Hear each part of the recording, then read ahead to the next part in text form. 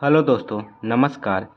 आज हम BHDE 101 जो कि हिंदी गद्य है, इनका कुछ प्रश्न आप लोग के लिए लाए हैं जो काफ़ी बार आपके एग्ज़ाम में पूछा गया है। तो आइए हम इन प्रश्नों को देखते हैं। उससे पहले आप लोग से एक छोटा सा रिक्वेस्ट है कि जो भी न्यू स्टूडेंट इस चैनल पे पहली बार आए हैं, चैनल को सब्सक्राइब कर दें, वीडियो को लाइक कर दें। पूरा वीडियो देखने के बाद कमेंट ज़रूर करें कैसा लगा आपको वीडियो।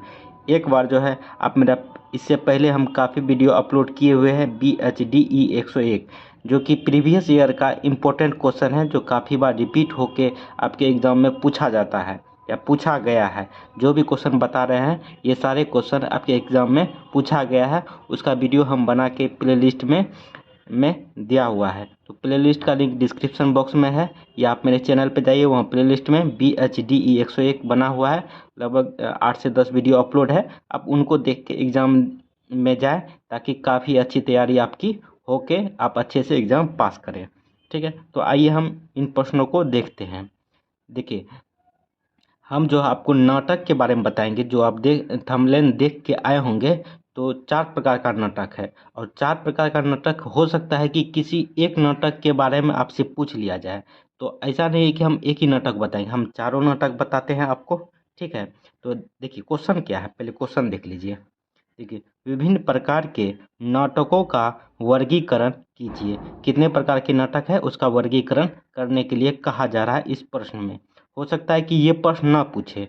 जो आपको हम रेडियो नाटक बता रहे हैं, नुक्कड़ नाटक है, दूरदर्शन नाटक, ये सब खाली सिर्फ एक पूछ लीजिए। हो सकता है कि आपसे पूछ लिया जाए कि रेडियो नाटक किसे कहते हैं, या रेडियो नाटक के बारे में टिप्पणी लिखिए। या हो सकता है आपसे पूछ ले नुक्कड़ नाटक क्या है, उसका टिप्पणी लिखिए। या हो सकता है दूरदर्शन नाटक क्या है, उसका टिप्पणी लिखिए। मतलब इस टाइप से भी क्वेश्चन आ सकता है, या आपसे डायरेक्ट पूछ लिया जाएगा विभिन्न प्रकार के नाटकों का वर्गीकरण कीजिए। तो आपको 4 प्रकार का जो नाटक है उसको बताएंगे, वो 4 लिखना है। हो सकता है किसी में एक ही पूछ लिया जाए। तो आइए हम चारों को बारी बारी से आपको बताते हैं। देखिए, विभिन्न प्रकार के नाटकों का वर्गीकरण इस प्रकार है। सबसे पहले है रेडियो नाटक, कर लेते हैं। देखिए, रेडियो नाटक किसे कहते हैं। सबसे पहले आप रेडियो पे कोई भी नाटक सुनते होंगे, तो आपको क्या फील होता होगा कि जो नाटक करता होगा तो उसको वो क्या कपड़ा पहन रहा है, क्या कर रहा है, नहीं कर रहा है, तो आप उसको देख नहीं रहे हैं, सिर्फ सुन रहे हैं। तो वही होता है रेडियो नाटक। इसको आप लिख कैसे सकते हैं, आपके पास शब्द होना चाहिए लिखने के लिए। क्या लिखे इसमें, देखिए।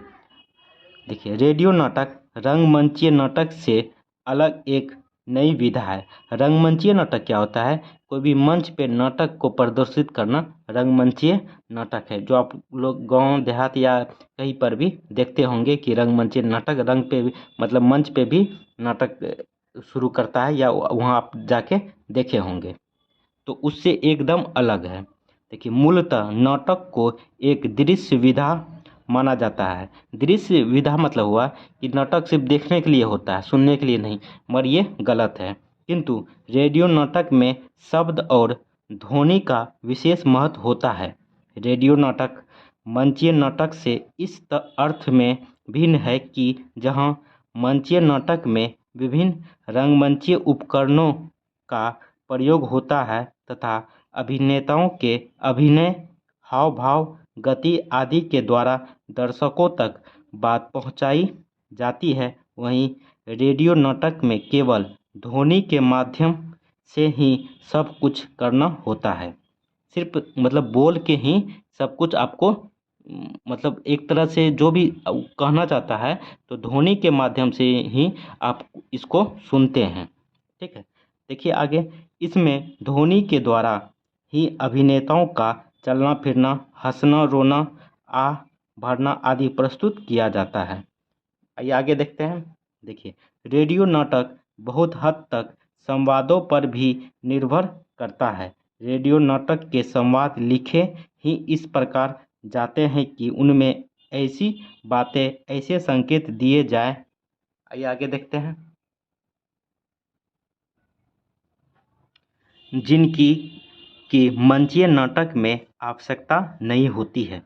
जैसे मंचीय नाटक पर यदि कोई अभिनेता फटे कपड़े पहनकर आता है तो दर्शकों को देखने मात्रा से ही पता चल जाता है कि उसने फटे कपड़े पहन रखे हैं। रंगमंच पे क्या होता है कि आप वहाँ जाके देखते हैं तो वहाँ पे यदि फटा कपड़ा अभिनेता पहन के आता है तो उसको आप देख सकते हैं। पर रेडियो मंच में, रेडियो नाटक में ऐसा नहीं होता। वो क्या कपड़ा पहना नहीं पहना है उससे आप क्योंकि वो सिर्फ ध्वनि से काम चला रहा है, ध्वनि से आपको बता रहा है कि इस तरह से ये अभिनेता ये चीज़ कर रहा है, तो वहाँ पे कपड़ा का कोई लेना देना नहीं रहता है। तो आइए आगे देखते हैं। पता चल जाता है कि उसने यहाँ तक, जबकि रेडियो नाटक में इस स्थिति की अभिव्यक्ति किसी पात्र के संवाद से ही करनी पड़ती है। वहाँ पे संवाद के थ्रू ही आप इसको सुन पाते हैं। आइए आगे देखते हैं। देखिए, रेडियो नाटक के बारे में एक और महत्वपूर्ण बात यह है कि इसमें विभिन्न भावपूर्ण स्थितियों की अभिव्यक्ति के लिए पार्श्व संगीत का अत्यधिक प्रयोग किया जाता है। यहाँ पार्श्व संगति क्या हुआ कि बैकग्राउंड म्यूजिक, यदि कोई रोना चाहता है तो रोने का कोई सीन आया तो उस टाइप का म्यूजिक बजाया जाता है, हंसने का सीन आया तो उस टाइप का म्यूजिक बजाया जाता है। यही होता है पार्श्व संगीत। ठीक है, तो आइए देखिए, जैसे किसी की मृत्यु पर करुण संगीत का बजना, किसी आश्चर्यजनक घटना पर चौंकाने वाली धुन का बजना आदि। रेडियो नाटक रंगमंचीय नाटक से इस अर्थ में भी भिन्न है कि रंगमंचीय नाटक में तो अन्य ललित कलाएं, चित्रकलाएं, मूर्तिकलाएं, नृत्य कला आदि सम्मिलित रहती है, किंतु रेडियो नाटक में इनका उपयोग उस रूप में नहीं किया जा सकता। केवल ध्वनि के सहारे नृत्य की गति का बोध कराया जा सकता है। तो रेडियो नाटक समझ लिए क्या होता है। अब आइए देखते हैं दूरदर्शन नाटक। हो सकता है आपसे सिर्फ रेडियो नाटक के बारे में पूछ लिया जाए तो आप लिख सकते हैं जो बताए हैं। अब दूरदर्शन नाटक क्या होता है उसको सुनिए। देखिए, दूरदर्शन नाटक भी नाटक की एक नई विधा है। तो आइए इधर देखते हैं। देखिए, जो फिल्म के अधिक करीब है। दूरदर्शन नाटक और रंगमंचीय नाटक में बहुत अंतर है। सबसे बड़ा अंतर तो यह है कि दूरदर्शन नाटक में कैमरे का इस्तेमाल होता है। मतलब दूरदर्शन नाटक में आप मतलब कैमरे का यूज होता है। रेडियो नाटक में कैमरे का यूज नहीं होता है। वहाँ सिर्फ ध्वनि को रिकॉर्ड करके आपको रेडियो के थ्रू सुनवाया जाता है। देखिए, यहाँ हर चीज़ कैमरे की आँख से ही देखी जाती है। दूरदर्शन में और फिल्म में भी कैमरा ट्रिक का बहुत इस्तेमाल किया जाता है। दूसरा अंतर यह है कि रंगमंच पर सब कुछ नहीं दिखाया जा सकता, क्योंकि रंगमंच की अपनी सीमाएं हैं, किंतु दूरदर्शन पर लगभग सब कुछ दिखाया जा सकता है। उदाहरण के लिए, यदि रंगमंच पर कश्मीर का दृश्य दिखाना हो तो यह कार्य पर्दे के द्वारा संपन्न हो सकता है, किंतु दूरदर्शन पर यह यथार्थ दृश्य के रूप में ही दिखाया जाएगा। ठीक है, दूरदर्शन में क्या होता है कि दूरदर्शन नाटक में क्या होता है कि आप कश्मीर का सीन कवर कर लिए, उसको बैकग्राउंड में लगा के दिखा सकते हैं। और रंगमंच में क्या होता है कि आप पीछे पर्दा में कश्मीर का लगा दिए, वहाँ पे देख सकता है। मतलब लाइव नहीं चल सकता रंगमंच में। दूरदर्शन नाटक में लाइव चल सकता है। आप समझ रहे होंगे। तो आइए आगे देखते हैं। देखिए, तीसरा अंतर यह है कि रंगमंच पर अभिनेताओं और दर्शकों का प्रत्यक्ष संबंध होता है। यदि कोई अभिनेता मंच पर कोई भूल कर बैठे तो वह साफ दिखाई देगी। मतलब कि रंगमंच पे क्या होता है कि कोई भी आदमी जो नाटक कर रहा है उसके बीच में कोई आके बैठ जाता है तो वो साफ दिखाई देता है रंगमंच में। ठीक है, पर दूरदर्शन में ऐसा नहीं होता क्योंकि उसको स्किप करके हटा दिया जाता है एडिट करके। ठीक है, तो और उससे नाट्य प्रस्तुति में भी अंतर आ जाएगा। लेकिन दूरदर्शन नाटक में ऐसी भूलों की गुंजाइश प्रायः नहीं रहती, क्योंकि भूल हो जाने पर इसमें दृश्य को बार बार शूट किया जाता है, तब कहीं जाकर वह ओके होता है। ठीक है, दूरदर्शन रेडियो नाटक समझ लिए, दूरदर्शन नाटक समझ लिए। आइए नुक्कड़ नाटक के बारे में जानते हैं। देखिए, ये 4 प्रकार का जो नाटक है, तो हो सकता है किसी में विभिन्न प्रकार के नाटक, सभी नाटक के बारे में लिखने बोल दें, या 4 प्रकार का नाटक जो बोले हैं बताए हैं आपको, हो सकता है किन्हीं 2 नाटक के बारे में आपसे पूछ लिया जाए।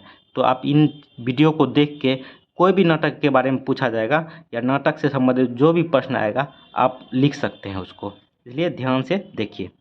यदि वीडियो अच्छा लग रहा है तो आप लोग चैनल को भी सब्सक्राइब कर सकते हैं। आइए आगे देखते हैं। नुक्कड़ नाटक एक ऐसी नाट्य विधा है जो परंपरागत रंगमंचीय नाटकों से भिन्न है। यह रंगमंच पर नहीं खेला जाता तथा आमतौर पर इसकी रचना किसी एक लेखक द्वारा नहीं की जाती, बल्कि सामाजिक परिस्थितियों और संदर्भों से उपजे विषयों को इनके द्वारा उड़ा लिया जाता है। जैसे कि नाम से जाहिर है कि इसे किसी सड़क, गली, चौराहे या किसी संस्थान के गेट अथवा किसी भी सार्वजनिक स्थल पर खेला जाता है। इसकी तुलना सड़क के किनारे माजमा लगाकर तमाशा दिखाने वाले मादरी के खेल से भी की जा सकती है। अंतर यह है कि यह माजमा बुद्धिजीवियों द्वारा किसी उद्देश्य को सामने रखकर लगाया जाता है, लेकिन नुक्कड़ नाटक जो है काफ़ी बार जो है सरकार के विरोध में भी कहीं पर भी कोई अपोजिट पार्टी ये चीज़ करता है। तो नुक्कड़ नाटक ज़्यादातर इसी के लिए प्रसिद्ध है। तो आप ये समझ रहे होंगे नुक्कड़ नाटक क्या है। तो आइए आप देखते हैं एकांकी नाटक ये क्या होता है। देखिए, एकांकी नाटक में एक अंग होता है। इस अंग को कई दृश्यों में विभाजित कर सकते हैं। एकांकी नाटक में जीवन की कई घटना, एक परिस्थिति, एक समस्या या एक प्रसंग प्रस्तुत किया जा सकता है। इसमें स्थान, काल और कार्य की अनुमति भी आवश्यक है। आधुनिक कहानी की भांति हिंदी एकांकी नाटक भी पश्चिम से प्रेरित है। कुछ आलोचकों के मत में एकांकी को पश्चिम से जोड़ना बहुत ठीक नहीं है, क्योंकि रूपक और उपरूपक के कुछ भेद यथा वियोग, भान, प्रसंग, विधि, षट्क, विलासिका, प्राणिका आदि एक ही अंग के थे। ये सारे नाटक है। अतः भारत में एकांकी की परंपरा रही है। JPH की पुस्तकों का मुख्य उद्देश्य ज्ञान के साथ साथ अच्छे नंबर दिलाना है। तो आप 4 नाटक समझ लिए। आप चारों के बारे में किसी के बारे में पूछ लिया जाएगा तो आप इसको बता सकते हैं या लिख सकते हैं। ठीक है, तो आगे नेक्स्ट वीडियो में आपको जो प्रश्न बताएंगे वो दिखा देते हैं आपको। नेक्स्ट वीडियो में जो है हम आपको ये प्रश्न बताएंगे, रेखाचित्र तथा स्मरण में अंतर स्पष्ट कीजिए। रेखाचित्र क्या होता है, स्मरण क्या होता है, आपको जब बताएंगे ये प्रश्न तो आपको अच्छे से समझा देंगे ये इसको कैसे लिख सकते हैं। और ये काफ़ी इम्पोर्टेंट है। कई बार लगभग जो भी बार हम देख रहे हैं प्रीवियस ईयर क्वेश्चन ये पूछा गया है, काफ़ी इम्पोर्टेंट क्वेश्चन है। तो आप मेरे चैनल को सब्सक्राइब कर लें, वीडियो को लाइक कर दें और टेलीग्राम से ज़रूर जुड़ें, ताकि जब ये प्रश्न वीडियो बना के वहाँ अपलोड करें तो वहाँ पे टेलीग्राम पे लिंक शेयर कर देते हैं। तो टेलीग्राम का लिंक डिस्क्रिप्शन बॉक्स में है, वहाँ से जुड़ सकते हैं। चलिए जुड़ जाइए। चलिए कैसा लगा वीडियो कमेंट करके ज़रूर बताएं। चलिए थैंक यू, जय हिंद।